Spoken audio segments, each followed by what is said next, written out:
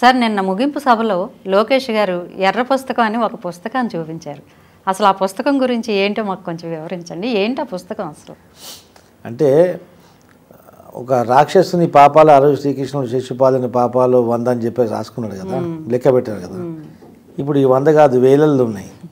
అంటే ప్రభుత్వ అధికారులు ప్రజల కొరకు ప్రజల పన్ను నుంచి జీతం తీసుకుంటూ ప్రజలకు వ్యతిరేకంగా పనిచేస్తున్నటువంటి అధికారులు, నాయకులు, ఒక ప్రజాస్వామ్యాన్ని కూని చేసే వ్యక్తుల అందరి పేర్లందరూ పొందుపరిచారు ఆ బుక్లో. ప్రజలకు వ్యతిరేకంగా పనిచేసేటువంటి అధికారులారా, నాయకులారా, మూర్ఖులారా, దుర్మార్గులారా, ఈ ఎర్ర పుస్తకంలో మీ పేరు పొందుపరిచింది.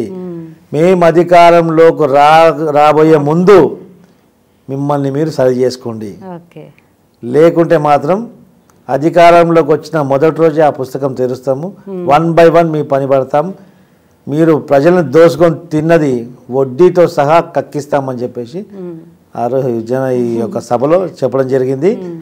దుష్టులు, దుర్మార్గులు, ప్రజలని దోచుకున్న వాళ్ళ అందరి పేరు ఆ ఎర్ర పుస్తకంలో పొందుపరిచారు. ఈరోజు అక్కడ ఉన్నటువంటి నాయకులు, ఈ యొక్క భ్రష్టు పట్టించేటువంటి కరప్టెడ్ ఆఫీసర్స్, కరప్టెడ్ ప్రభుత్వ ఉద్యోగాల గుండెలలో కూడా రైళ్లు పెరగడుతున్నాయి. ఈరోజు ఆ ఎర్ర పుస్తకం గురించే ఆంధ్రప్రదేశ్ ఉద్యోగులలో మొత్తం చర్చ జరుగుతుంది. ఎర్ర పుస్తకం ఒక అల్టిమేటంగా మారింది ఈరోజు. ఓకే, అలాగే వచ్చే ఎన్నికలు కురుక్షేత్ర యుద్ధాన్ని తలపిస్తాయని చంద్రబాబు గారు వ్యాఖ్యలు చేశారు. ఎన్నికలు ఒక యుద్ధంగా మారడం అనేది ఎప్పుడైనా ఉందా? అసలు చంద్రబాబు గారి వ్యాఖ్యల వెనుక ఉన్న మర్మం ఏంటి? ఎన్నికల్లో ఒక బలమైన పోటీగా ఉండాలి, కానీ ఒక యుద్ధంలా మారడం అంటే ఎదుటివాడు ఒక రాక్షసత్వంగా, రాక్షసుడిగా ప్రవర్తిస్తుంటే మనం ఆ రాక్షసు ఎదుర్కోవడానికి యుద్ధం చేయాల్సి వస్తుంది.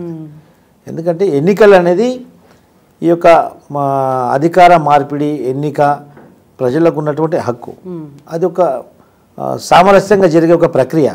దాన్ని వీళ్ళు అక్కసుతో పరిపాలించి ప్రజలను ఇబ్బంది పెట్టి ప్రజల్ని పట్టి పీడిస్తుంటే ఖచ్చితంగా ఆ యొక్క దుర్మార్గుని దించడానికి యుద్ధాన్ని ప్రకటించడం అవసరం. నిన్న యుద్ధమే ప్రకటించినాం. లోకేష్ గారు చెప్పారు, నడుస్తుంటే గుంతలలో రోడ్ ఎత్తుకునే పరిస్థితి. గుంతలు ఉంటే ఆ గుంతలలో రోడ్ ఎక్కడ ఉందని చెప్పేసి చూసే పరిస్థితి వచ్చింది. ఒక్క రోడ్ అని వేసాడా? ఒక్క డ్రైనేజ్ సిస్టమ్ చేశారా? 5 సంవత్సరాల పరిపాలన ఏదీ చేయలేదు. కేవలం తాడేపల్లి ప్యాలెస్ నుంచి పరదలు కట్టుకుని బయటికి వెళ్ళాలా, ఏదో ఇనాగ్రేషన్ చేయాలా, అంతే తప్ప ఇంకా ఏం చేసింది లేదు. ఆ మంత్రులు కూడా ఒక్క కార్యక్రమం చేయలేదు ఇప్పటిదాకా. కేవలం తెలుగుదేశం పైన బురద చల్లడం తప్ప వాళ్ళు ఇంకేం పనిబాట లేదు. ఈరోజు చూస్తుంది, వాళ్ళు డిఫెన్స్లో పడ్డారు. ఈరోజు ఎమ్మెల్యేలను మారుస్తున్నారు.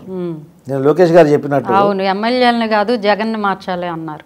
మన ఇంటి చెత్త పక్కనింటి ముందు పోస్తే బంగారం అవుతుందని వాడు చేసినటువంటి భ్రష్ట కార్యక్రమాలు ప్రజలు వ్యతిరేకిస్తుంటే ఆ వ్యతిరేకత వచ్చినటువంటి నాయకుని తీసుకుపోయి మళ్ళీ ఇంకో దగ్గర వేస్తే, ఈరోజు ప్రజలు పిచ్చోళ్ళు కాదు. అంటే వాళ్ళు ఫ్రస్ట్రేటెడ్ మూడ్కి వెళ్ళిపోయారు జగన్మోహన్ రెడ్డి. ఈరోజు ఏం చేయాలో అర్థం అవ్వట్లేదు. చాలామందికి టికెట్లు లేనని ఆల్రెడీ ప్రకటించారు. ఆ అసమ్మతి వర్గం ఒకటి వచ్చేసింది. ఆ తర్వాత వీళ్ళకు ప్రజల నుంచి వ్యతిరేకత ఉన్నటువంటి నాయకులు కొంతమంది, వీళ్ళందరూ కలిసి ఎట్ లాస్ట్ ఈ వైసీపీకి, జగన్మోహన్ రెడ్డికి పోయే కాలం దగ్గర పడ్డది. Thank you very much sir.